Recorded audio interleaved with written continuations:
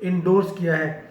اور بھی کافی فیصلے جس کی کابینہ نے تائید کی ہے، چونکہ جو قیمت بڑھی تھی پیٹرول کی پچھلے دنوں، ایک ہی دن میں جو 25 روپے 58 پیسے بڑھی تھی، کابینہ نے اس کو بھی توثیق کیا اس فیصلے کی، چونکہ وہ 26 جون کو پیٹرول بڑھانا پڑا حکومت کو عالمی مارکیٹ میں جب پیٹرول کی قیمت بڑھ چکی تھی، اور ساتھ ہی حکومت جو اضافی بل تھا وہ افورڈ نہیں کر سکتی تھی. آج اس اضافہ کو ناگزیر قرار دیتے ہوئے حکومت کے اس اضافے کو جائز قرار دیا ہے کابینہ نے.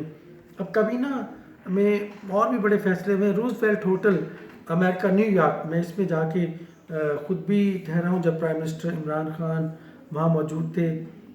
پاکستان کی ملکیت ہے، PIA کی ملکیت ہے روزویلٹ ہوٹل. اس کو جوائنٹ وینچر کے ذریعے نجی شعبے کو دینے کا جو فیصلہ ہوا تھا، کابینہ نے اس کی بھی منظوری دے دی ہے. یہ خصوصی کمیشن تھا جو بعد میں ڈیزالو ہو گیا. ڈرگ پرائسنگ کے حوالے سے ایک فیصلہ ہوا ہے کہ ڈرگ پرائسنگ پالیسی 2018 جو ہے وہ ایسی پرائسنگ پالیسی ہے کہ ہر سال انفلیشن جو ہے، قیمت جو ریٹ ہوگا اس کا 50% قیمتیں بڑھیں گی. تو اس کو کہا گیا ہے کہ وہ 1976 کا جو ایکٹ ہے اس کے مطابق اس ترمیم کی جائے، اور اس میں بھی اب کچھ بہتری آ رہی ہے. آج NCOC کے بارے میں پرائم منسٹر کے جو اقدامات تھے اس کو کابینہ نے سراہا اور پرائم منسٹر کی تعریف کی کہ انہوں نے جو بروقت اقدامات اٹھائے، خاص طور پہ زندگی اور کاروبار کو توازن کو جو برقرار رکھنے کے لیے پرائم منسٹر نے ایک دم ایسے فیصلے کیے جس سے زندگی چلتی رہی اور بیماری بھی ساتھ ساتھ، چونکہ اس نے تو پھیلنا تھا. اور اب یہ بھی خوشخبری آئی ہے کہ بیماری کم ہونا شروع ہو گئی ہے، جو اس کا پھیلاؤ تھا وہ کم ہونا شروع ہو گیا. پرائم منسٹر کی اس ویژن کی تعریف کی اور یہ اچھی خوشخبری تھی. اس کے ساتھ ساتھ چونکہ NCOC کا جو فیصلہ تھا عید الاضحیٰ پر جو خاص طور پہ پابندیاں عائد کی جا رہی ہیں کہ آمد و رفت لوگوں کی اس کو محدود کیا جائے. چھوٹی عید پہ آمد و رفت کھول دی گئی تھی، جس کے بعد ایک دم کیس بڑھے تھے. پرائم منسٹر نے اب خود پہلے مثال بنے ہیں کہ اس عید پہ عید الاضحیٰ جو عید قربان، اس کے اوپر میں بھی گھر میں موجود رہوں گا اور لوگ بھی اپنے گھروں تک محدود رہیں. قربانی تو ظاہر ہے ہر کوئی صاحب حیثیت جو ہے وہ کوشش کرے گا قربانی کے عمل میں حصہ لے. اس کے ساتھ ساتھ پائلٹس کے لائسنسز کے حوالے سے جو کی جانے والی انکوائری ہے، بورڈ کی سفارشات سے متعلق اطمینان کا اظہار کیا گیا ہے، اور یہ کہا گیا ہے کہ یہ انکوائری جو ہے اس کا مقصد ہوائی سفر کو محفوظ بنانا ہے. اس میں سفر آپ بھی کر سکتے ہیں، ہم بھی کر سکتے ہیں، ہمارے بچے کر سکتے ہیں، یورپ، پاکستان، امریکہ، ایشیائی ممالک، ہر کوئی سفر کر سکتا ہے. تو اس کو محفوظ بنانے کا آج فیصلہ، یہ جو انکوائری شروع کی گئی تھی، پرائم منسٹر نے ایک بات کہی تھی کہ یہ اس لیے ہم پائلٹس کی ڈگریاں منسوخ کر کے ان کو معطل کر رہے ہیں، نوکریاں برطرف کر رہے ہیں، تاکہ پوری دنیا میں پاکستان کا وقار بلند ہو، پاکستان کی عزت میں اضافہ ہو. وقتی پریشانی ضرور ہوگی چند گھرانوں کی، اللہ تعالیٰ ان کی مدد کرے. رزق کا وعدہ اللہ نے کیا ہے، اور یقیناً جب ان کی ڈگریاں جعلی ہیں تو اس پہ قانون، اخلاق، سب کچھ یہاں پہ خاموش ہو جاتا ہے. تو پھر حکومتیں تو فیصلے کرتی ہیں، اس میں مصلحت نہیں ہو سکتی، چونکہ جہاز انسانی زندگیوں سے کھیلنے کا مسئلہ ہے. اگر کسی ایسے پائلٹ کو دے دیں جو کہ فل ٹرین نہ ہو، جس کی جعلی ڈگریاں ہوں، تو پرائم منسٹر نے تو پہلے بھی میں نے بتایا تھا کہ انہوں نے کہا کہ خون تو میرے ہاتھوں میں، ان لوگوں کا جو طیارے میں ہمارے شہید ہوئے عید کے موقع پر، جو پائلٹ سے غلطی کی وجہ سے جو طیارہ کریش ہوا.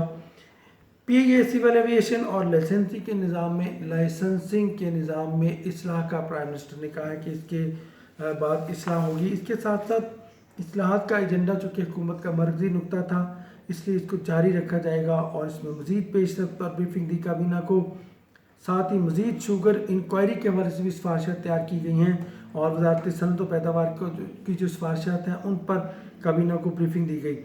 اور اس کے ساتھ ساتھ آج کابینہ کے اجلاس میں پرائم منسٹر نے اعتماد میں لیا تمام لوگوں کو، جو ملک کی سیاسی معاملات ہیں اس پر اعتماد میں لیا. PIA کے معاملات پر اعتماد میں لیا. پرائم منسٹر نے پیٹرول کی قیمتوں میں اضافے کے حوالے سے اعتماد میں لیا کہ اگر قیمتیں بڑھی ہیں تو یقیناً اس میں کیا حقائق تھے. آج بریفنگ دی گئی کابینہ کو، اور اس کے ساتھ ساتھ آئندہ دنوں میں پرائم منسٹر نے کہا ہے کہ عید کے بعد مزید بہتری آئے گی یقیناً. اور یقیناً میں چیز مس کرنے لگا تھا کابینہ کے آج کے اجلاس میں G14 G12 اور F12 سیکٹر معاف کیجیے گا 2 سیکٹر ہیں اسلام آباد کے G12 اور F12 آج ان کو بھی CDA سے لے کر ان کی جو اراضی ہے وہ پاکستان ہاؤسنگ امپلائیز جو اتھارٹی ہے اس کو آج وہ منتقل کرنے کی کابینہ نے منظوری دے دی ہے. ایک لمبا